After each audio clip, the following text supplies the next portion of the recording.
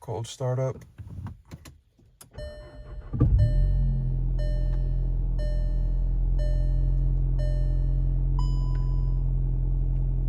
It says oil change due, but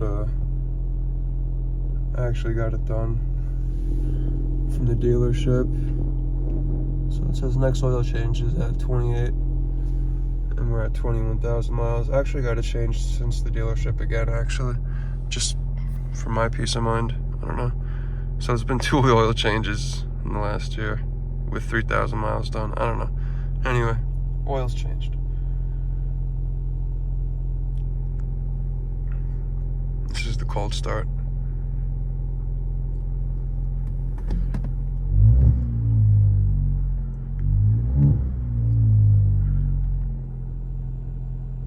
Yeah, that's it. Little Black Forest action going here. This works fine. Yeah. No leaks on the sunroof.